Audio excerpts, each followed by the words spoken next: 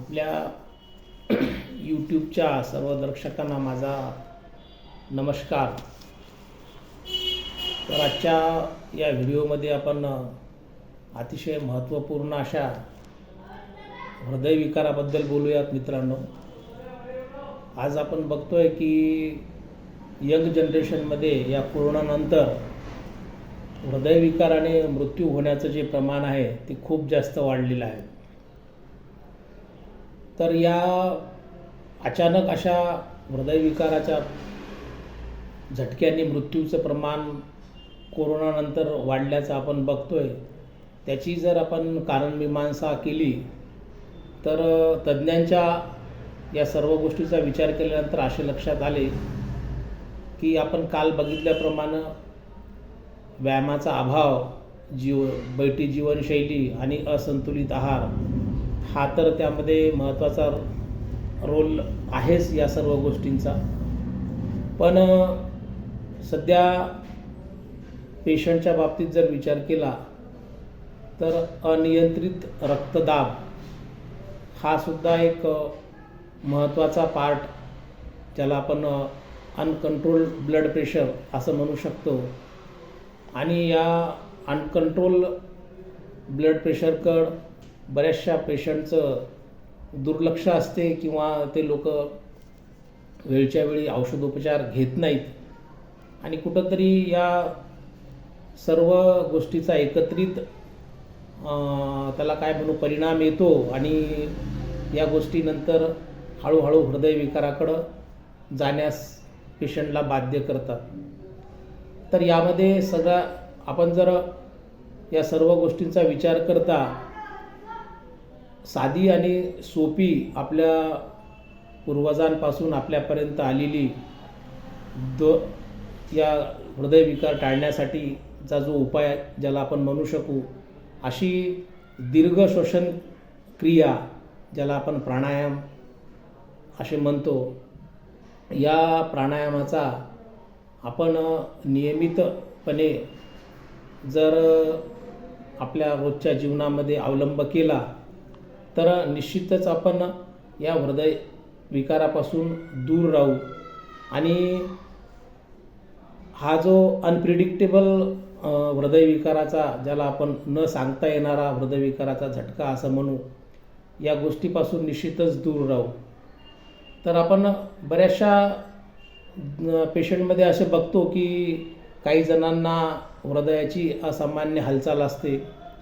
काही लोकांमध्ये औषध उपचार न केलेला रक्तदाब, मी मागे आत्ता थोड्या वेळापूर्वी म्हटल्याप्रमाणे अनकंट्रोलेबल ब्लड प्रेशर किंवा ब्लड प्रेशर असूनसुद्धा नियमित औषध उपचार न करण्याकडे, कानाडोळा किंवा न करणे याकडे पेशंट लोकांचा जो कल असतो ते एक याच्यामध्ये महत्त्वाचं आहे.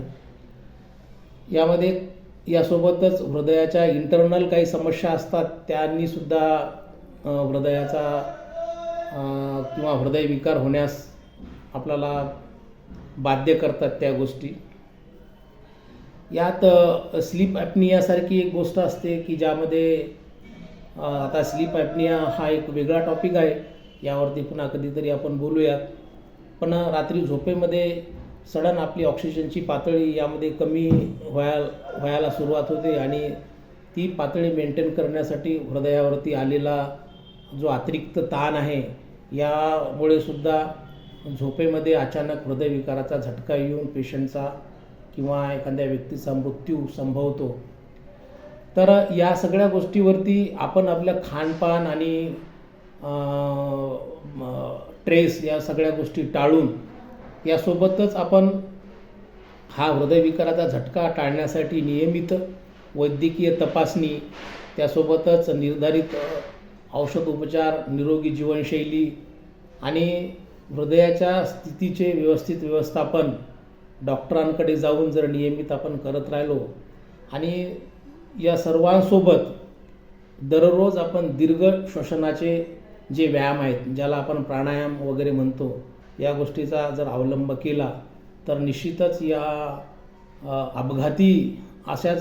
अपघातीच म्हणू याला, आणि आकस्मिक येणाऱ्या हृदयविकारापासून आपण दूर राहू व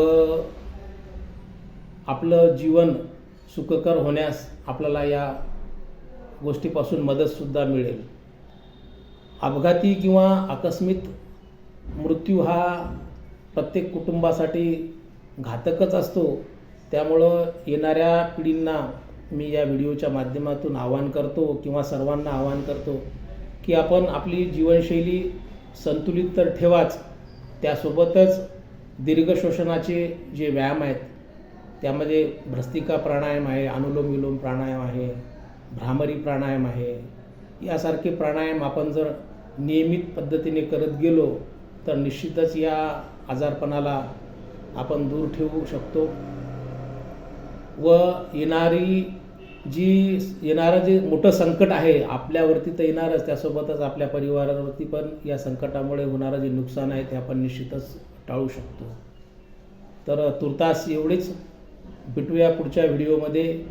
आणि आपण हा व्हिडिओ बघितल्यानंतर निश्चितच आपल्या कुटुंबातील इतर सदस्यांना, आपल्या मित्रपरिवारातील इतर सदस्यांना ही महत्त्वपूर्ण माहिती शेअर करा आणि त्यांनासुद्धा या दीर्घ श्वसनाचा जो व्यायाम आहे, प्राणायाम वगैरे जे आहे, त्यांना या गोष्टी करण्यास तुम्ही प्रोत्साहित करा. आपल्यासोबतच आपल्या परिवाराचे व इतर आपल्या मित्रपरिवाराचे, आपल्या नात्यातील सर्व नात्यागोत्यातील सर्व लोकांच्या जीवनाला अतिशय उपयुक्त असा हा माझा एक सल्ला राहील. तरी या सल्ल्याला अनुसरून आपण कृती करावी. तुर्तास या ठिकाणी थांबतो. भेटूया पुढच्या व्हिडिओत. जय महाराष्ट्र मित्रांनो.